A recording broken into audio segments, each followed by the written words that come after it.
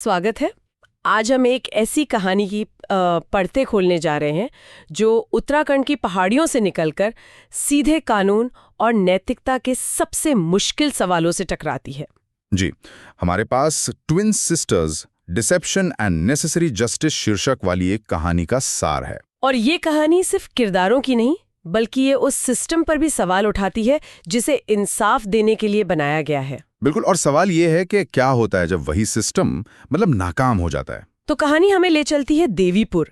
यहाँ हमारी मुलाकात होती है दो जुड़वा बहनों से, सौम्या और शैली। और दोनों का स्वभाव एक दूसरे से बिल्कुल अलग है। हाँ, सौम्या शांत और थोड़ी डरी हुई है, जबकि शैली वो बिंदास है, अपनी बहन की रक्षा के लिए किसी भी हद तक जा सकती है। और इनके साथ हैं एक तेज तरार पुलिस अफसर विद्या ज्योति कंवर यानी वीजे। तो चलिए इस मामले की तह तक चलते हैं और देखते हैं कि इंसाफ की तलाश में कौन सी लकीरें धुंधली हो जाती हैं। बिल्कुल, और ये समझना बहुत जरूरी है कि इन बहनों का रिश्ता इतना जटिल क्यों है। इसकी जड़ें तो उनके बचपन में हैं। हाँ, उन्होंने अपने पिता के हाथों अपनी माँ को घरेलू हिंसा में मरते हुए देखा है। और इस एक हादसे ने दोनों की जिंदगी को बिल्कुल अलग-अलग दिशा दे दी। सही कहा, सौम्या के मन में एक गहरा डर बैठ गया, जबकि शैली शायद ज्यादा गुस्सैल और प्रोटेक्टिव हो गई अपनी बहन के लिए। और यही एक मनोवैज्ञानिक तनाव भी पैदा होता है। देखिए, सौम्या की कमजोरी की वजह से उसे हमेशा ज्यादा ध्यान और सहानुभूति मिलती थी। अच्छा। जो शैली को कहीं ना कहीं अकेला महसूस कराता था। तो उनके बीच गहरा प्यार तो है, लेकिन एक अनकही जलन की परत भी है। मतलब ये कोई साधारण बहन का रिश्ता नहीं है। बिल्कुल नहीं। और इसी जटिल रिश्ते के बीच में एंट्री होती है ध्रुव सूद की। हाँ, एक अमीर हैंडसम व्यवसायी और एक बड़े राजनेता का बेटा भी। दिलचस्प बात यह है कि वो पहले शैली को डेट करता है, जो उसके जैसी बिंदास है। लेकिन शादी के लिए वो सौम्या को चुनता है। और ये चुनाव ही ध्रुव के किरदार के बारे में सब कुछ बता देता है। ये कोई प्यार का फैसला नहीं था। नहीं, ये एक सोची समझी रणनीति थी। हाँ, उसके पिता को एक सरल घरेलू बहू चाहिए थी और ध्रुव को एक ऐसी पत्नी चाहिए थी जिसे वो आसानी से कंट्रोल कर सके। और सौम्या अपने डरे हुए स्वभाव के कारण उसे इसके लिए एकदम सही लगी। उसने प्यार नहीं, एक शिकार चुना था। और शादी के बाद जैसे उम्मीद थी, उसका असली चेहरा सामने आ गया। कारोबार में नुकसान और सत्ता का नशा उसे एक हिंसक जानवर बना देता है। और सौम्या उसी घरेलू हिंसा का शिकार बनती है जो उसने अपनी माँ के साथ होते देखा था। और यहाँ हमें सिस्टम की पहली बड़ी नाकामी दिखती है। माँ जी, जो बहनों की माँ जैसी हैं, वो पुलिस के पास जाने की कोशिश भी करती है, लेकिन कुछ नहीं होता।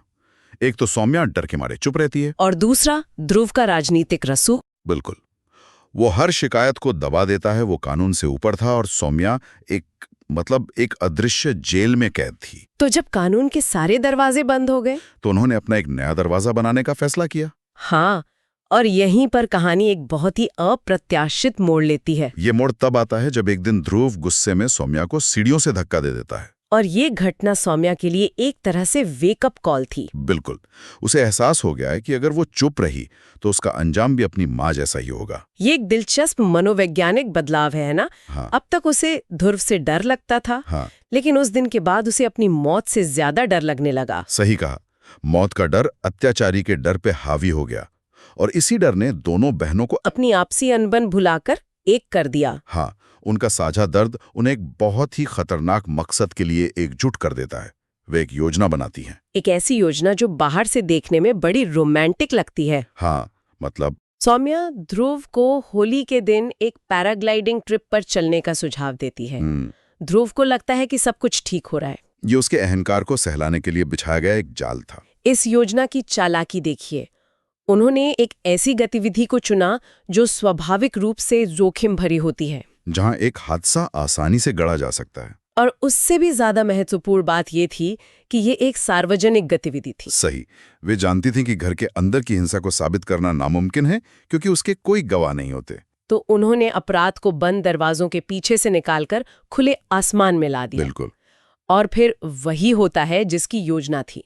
उड़ान के दौरान हार्नेस में से एक खराब हो जाता है और वे दोनों क्रैश हो जाते हैं। दोनों बच जाते हैं, लेकिन इसके तुरंत बाद सौम्या पुलिस में एक औपचारिक शिकायत दर्ज कराती है। हाँ, कि ध्रुव ने जानबूझकर उसका हार्नेस खराब करके उसे मारने की कोशिश की।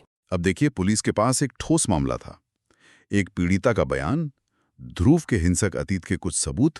और एक सार्वजनिक जगह पर हुआ जानलेवा हमला। जी, नतीजा ये हुआ कि ध्रुव को हत्या की कोशिश और घरेलू हिंसा के लिए 13 साल की जेल हो जाती है। तो पहली नजर में लगता है कि इंसाफ हो गया, एक अत्याचारी जेल में है और पीड़िता सुरक्षित है, केस बंद। लेकिन एक अच्छे जासूस की पहचान यही होती है कि वो एक बहुत ज्यादा परफेक्ट कहानी पर शक करता है ना। आपने बिल्कुल सही पकड़ा।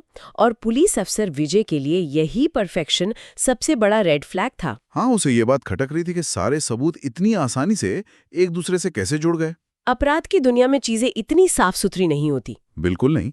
उसे लगा कि ये कहानी जितनी सीधी दिख रही है उतनी है नहीं। और विजय ने अपनी जांच फिर से शुरू कर दी, इस बार और भी गहराई से। वो तकनीकी विवरणों में गई और फिर उसे कुछ ऐसा पता चला जिसने पूरे केस को सिर के बल खड़ा कर दिया। उसे दो बातें पता चलीं।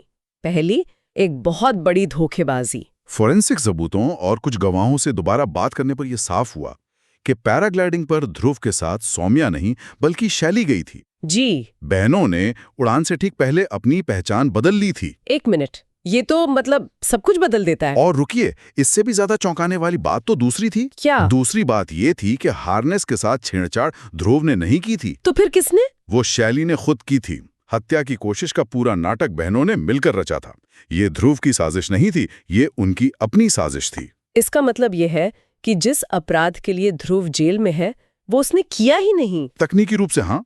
हम एक ऐसे अपराधी को सजा दे रहे हैं जो इस खास मामले में निर्दोष है। ये तो अपने आप में एक बहुत बड़ा नैतिक संकट है। बिल्कुल।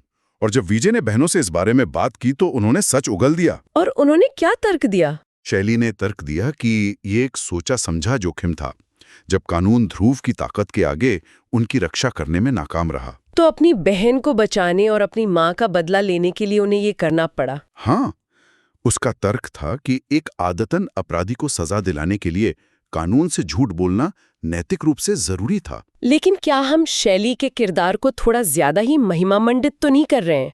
हो सकता है कि उसकी वो जो जलन थी या सौम्या को मिले ध्यान की कमी। अच्छा पॉइंट है। उसने भी उसे इस खतरनाक रास्ते पर धकेलने में एक भूमिका निभाई हो। क्या ये सिर्फ बहन की रक्षा थी या कुछ हद तक अपनी अहमियत साबित करने की कोशिश भी? ये एक बहुत ही अहम सवाल है और कहानी हमें ये सोचने पर मजबूर करती है। हाँ। शैली का मकसद शायद पूरी तरह से निस्वार्थ नहीं था। शायद उसमें अपनी बहन को बचाने की इच्छा के साथ साथ ये साबित करने की भी एक दबी हुई इच्छा थी कि वो कमजोर नहीं बल्कि ज्यादा ताकतवर है। बिल्कुल। वो सिर्फ दर्शक नहीं बल्कि कहानी की हीरो बनना चाहती थी। लेकिन उनका जो मुख्य तर्क था वो यही था कि सिस्टम ने उन्हें निराश किया।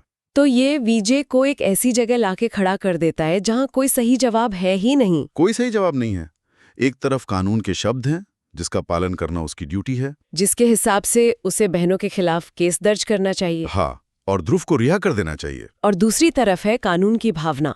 कानून का मकसद समाज को सुरक्षित रखना है, पीड़ितों को न्याय दिलाना है। और उस नजरिए से देखें तो न्याय तो हो चुका है। एक खतरनाक आदमी सलाखों के पीछे और एक महिला सुरक्षित है। भले ही उसे वहां पहुंचाने का तरीका गलत था। जी, विजय के सामने यही दुविधा थी, कानून के शब्द चुने या कानून की भावना। अगर वो सच सामने लाती है तो ध्रुव जैसा हिंसक अपराधी आजाद हो जाएगा और शायद फिर से सौम्या को अपना निशाना बनाएगा। और हो सकता है कि बहनों को ही सजा हो जाए। हाँ, और अगर वो चुप रहती है तो वो कानून को धोखा देने की एक साजिश में भागीदार बन जाएगी, जो एक पुलिस अफसर के तौर पर उसकी शपथ के खिलाफ है। और यही कहानी का असली मर्म है ना? बिल्कुल। ये दिखाती है कि इंसाफ हमेशा सीधा और साफ नहीं होता। असल दुनिया में ये अक्सर गंदा, जटिल और नैतिक रूप से अस्पष्ट होता है। ये कोई गणित का सवाल नहीं है जिसका एक ही सही जवाब हो। नहीं है। लेकिन क्या ये एक खतरनाक मिसाल नहीं बन जाएगी अगर लोग इस तरह से कानून को अपने हाथ में लेने लगे, सबूत घड़ने लगे? हाँ, तो फिर सिस्टम का क्या होगा? आज ध्रुव है जो वाकई एक अपराधी है, कल कोई निर्दोष भी तो इस तरह के जाल में फंसाया जा सकता है। आपका डर जायज है और यही विजय की दुविधा का सबसे बड़ा हिस्सा था। ये एक फिसलन भरी ढलान है। तो लेकिन कहानी का दूसरा पक्ष ये है कि जब सिस्टम खुद लोगों को निराश कर दें, जब ताकतवर लोग कानून को अपनी जेब में रखकर घूमें, तो आम इंसान के पास क्या विकल्प बचता है? मतलब कहानी हमें ये पूछने पर मजबूर करती है कि क्या व्यवस्था की विफलता ही इस तरह की कार्रवाइयों को जन्म नहीं देती? बिल्कुल। बहनें अपराधी थीं, लेकिन क्या सिस्टम उन्हें अपराधी बनाने के लिए जिम्मेदार नहीं था? तो अंत में इस नैतिक चक्रव्यूह में फंसी वीजे ने क्या फैसला लिया? अंत में विजय एक बहुत ही साहसिक और विवादास्पद फैसला लेती है। उसने क्या किया? वो अपनी जांच की फाइल को बंद कर देती है और उसे कभी सार्वजनिक नहीं करती।